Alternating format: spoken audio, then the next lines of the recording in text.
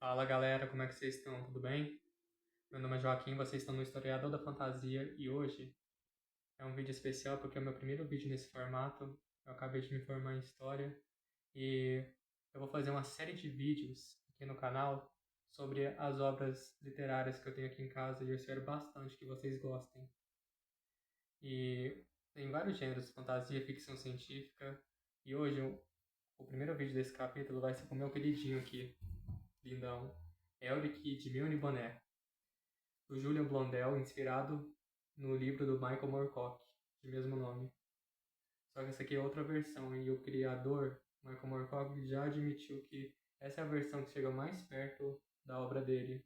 Não só pelas ilustrações que são belíssimas, que não sei se vai dar para mostrar para vocês aqui, mas também porque é um que mais chega perto da filosofia anarquista do autor. Inclusive, já se declarou o anti-Tolkien, ou já foi declarado pelos fãs, né?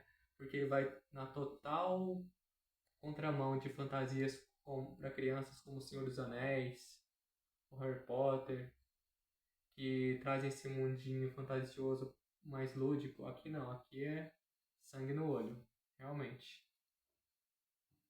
Então, traz bastante. Essa obra aqui do Elric, ela traz bastante crítica sobre imperialismo, sobre guerras, sobre racismo, a raça de alguns povos contra outros. E é um livro bastante riquíssimo. Sobre o que se trata Elric, né? O Elric, ele foi criado em 1968, ou seja, bastante antes nas revistas do Conan o Bárbaro, e ele ganhou uma série própria. Então, o que é esse personagem? Ele é o responsável por incentivar, inspirar várias dark fantasies como Berserk, The Witcher, As Crônicas de Gelo e Fogo do Martin, embora ele não admita tanto, admita mais que se inspirou no Tolkien, né, que é bem visível, mas inclusive o Michael Moorcock é tão desconhecido que nenhum amigo meu que manja tanto de fantasia, inclusive fantasia sombria que nem The Witcher, não conhecia o Elric, né? Eu tive que apresentar esse personagem para ele, né, que inspirou vários outros. Inclusive ele inspirou até a saga de terror Hellraiser. Então, sobre o que se trata Elric?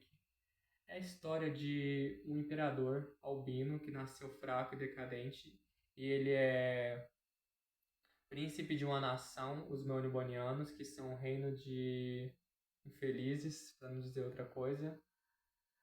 Eles são um povo, uma nação decadente, bárbara, violenta. Tem vários tipos de sadismos e crueldades que eles cometem, torturas, escravidão sexual, sadomasoquismo, entre outras coisas. Sadomasoquismo só que no mau sentido, né? Inclusive o Elric, ele vai na contramão desses anti-heróis ou super-heróis, porque ele é um imperador albino, frágil, e precisa de ervas para sobreviver. E o pai dele, o Sadric, ele já havia sido alertado de que o Elric, ele era o precursor do caos. O que é o precursor do caos? O brother que vai trazer a destruição para o próprio povo, para equilibrar a balança do mundo entre a ordem e o caos, porque o povo do Elric, os Melniboneanos, eles servem aos lordes do caos. Então, resumindo, essa edição integral aqui, ela vai abordar o primeiro ciclo de Melniboné, essa edição integral. O primeiro é o Trono de Rubi, o livro que fala sobre o início do Elric, depois a Stormbringer, que ele conseguindo a espada, depois o terceiro, o Lobo Branco, e o quarto, a Cidade dos Sonhos, que é Ymir, né? A cidade dos Melnibonianos na Ilha do Dragão.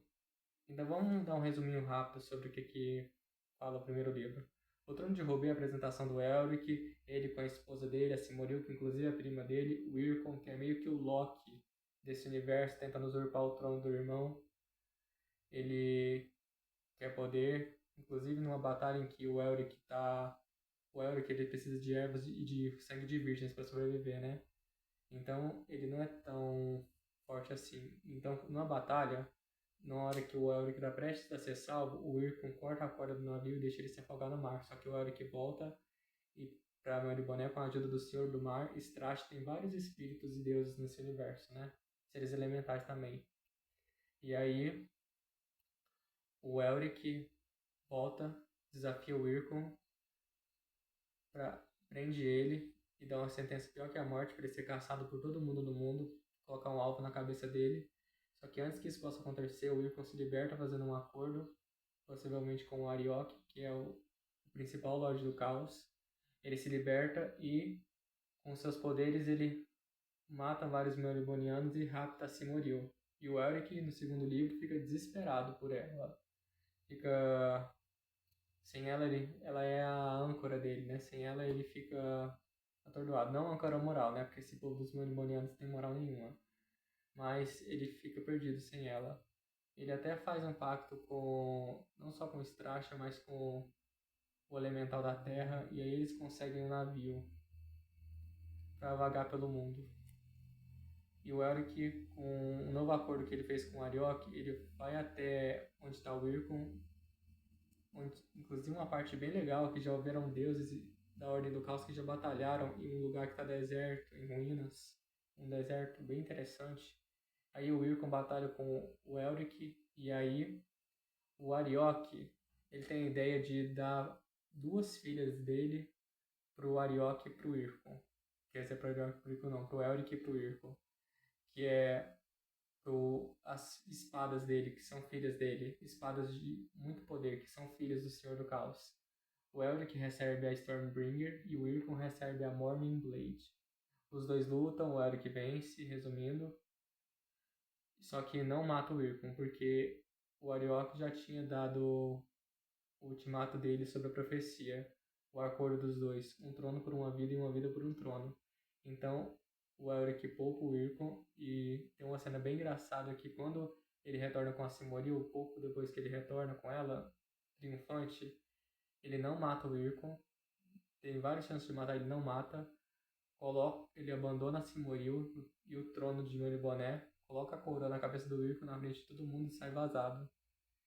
E de Meliboné deixando tudo, porque com a espada do caos, com a Stormbringer, que ela tem vontade própria, ele tem muitas visões, ele tem muito medo de machucar aqueles que estão próximos a ele, inclusive a Simoril, né? Porque a espada se alimenta do sangue dos inimigos para ficar mais forte, e ela é sedenta. Então, graças a isso, com essa maldição, o Elric parte pro continente dos reinos jovens, distanciando de si de Meliboné. E aí ele passa a atuar como... ele passa a ser conhecido como Lobo Branco, que é a alcunha que ele ganha. Assim como o Geralt, né? Dá pra ver que o Andrzej Sapkowski se inspirou bastante no Michael Moorcock para criar o Geralt também, né? E ambos são caçadores de recompensas, caçando monstros por dinheiro, né? E com a espada, o Elric se torna praticamente invencível, né? Então, agora, ele...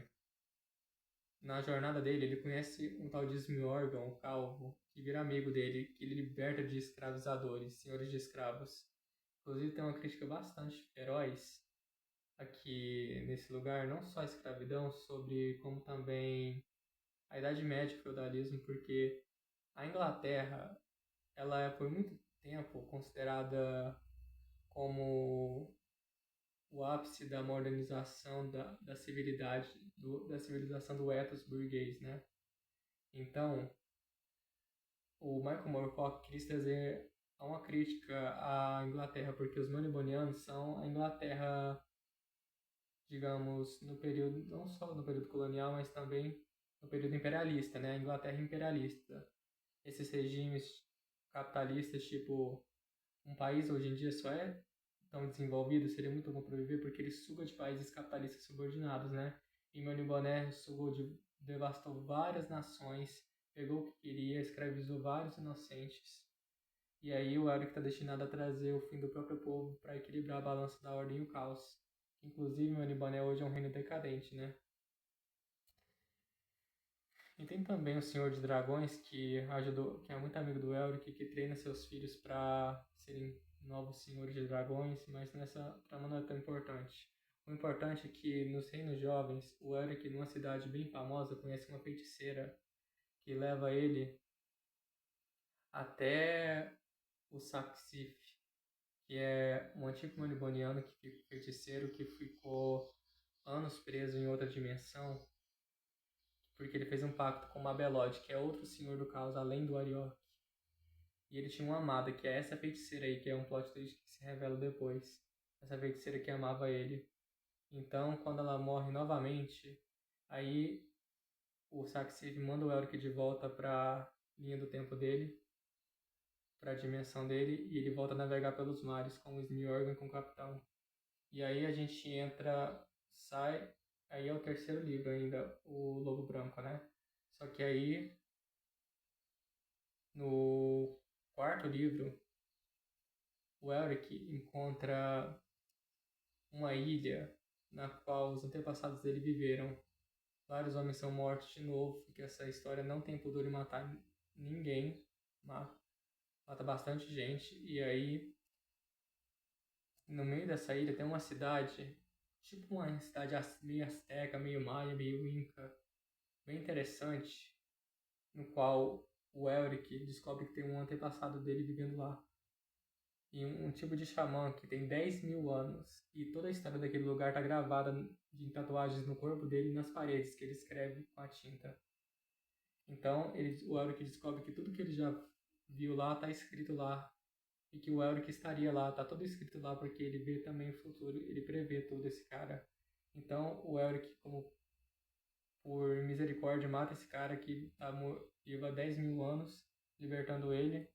E a espada Stormbringer, ela tem um surto e mata alguns amigos do Elric da tripulação pela sede de sangue dela, né? E aí o Elric tem que decidir o que ele vai fazer, né? Porque ele descobre através das visões que ele tá nessa cidade na ilha que Melniboné tá se mobilizando e vai atacar o mundo. Só que agora eles têm uma nova rainha, que é a Silmaril, e essa parte o Elric não sabe. Então o Elric reúne vários aliados pelos reinos jovens para ir até Melniboné. Eles vão até Melniboné e o Smiorgan sempre ao lado do Elric. E aí o Elric descobre que o novo rei não é o Virkon, que ele estava já planejando dar um fim no primo dele, que na verdade é Silmaril. E está controlando o Virkon com magia, né? E aí quando o Elric mata o Virkon, ele já percebe, ele diz que ele nunca foi mais apenas que um joguete dos deuses. E aí a Silmaril morre por influência da Stormbringer. E o Elric fica desolado, né? Ele se ferrou muito. Pensa num cara ferrado. Então, ele sai dali, ele chega até a praia de Melniboné, onde está acontecendo o massacre dos tripulantes com os Melnibonianos. Muitos são mortos, Melniboné é destruída. E o Smiorgan, o Calvo, também é morto. E o capitão já tinha sido morto antes. Quando chegaram lá, acho que foi na parte da ilha, se eu não me engano. Então, o Elric, no final das contas, a nação dele é destruída. Ele fica sozinho. E é isso que a Stormbringer queria. Que ele a amaldiçoasse, que ele a desejasse. Porque ele precisava do poder dele. Porque sem o poder, o Elric fica fraco. É uma parada meio Venom e Ed Brock. É uma parada simbiótica essa espada. Ele precisa dela para ser forte. E aí o Elric fica à deriva. Bem nessa parte final aqui. Deixa eu ver se eu consigo mostrar para vocês.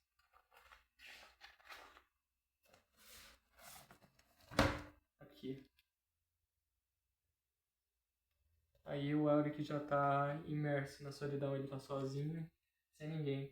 E essa história tem um quê bem niilista, né? Porque o Michael Moorcock, ele é anarquista, né? Então essa história bem tem medo de, nada tem sentido, ou poucas coisas têm sentido. E ela traz um ar bem de desesperança, mas às vezes tem um fim. Em outras histórias, como O Senhor dos Anéis, tem a esperança que sempre surge, mas aqui não. É uma história bastante niilista. E tem gente que acha que Berserk também é niilista, mas também Berserk, no caso, mostra que o Guts estava à procura de uma gentileza, por mais pequena que seja, em meio a um mundo de brutalidades e do mal absoluto. Elric também discute sobre o conceito do mal absoluto nas obras, sobre os Lordes do Caos e os Lordes da Ordem. Todos fazem as pessoas de joguetes, ninguém presta nessa história. E o próprio Elric vê isso.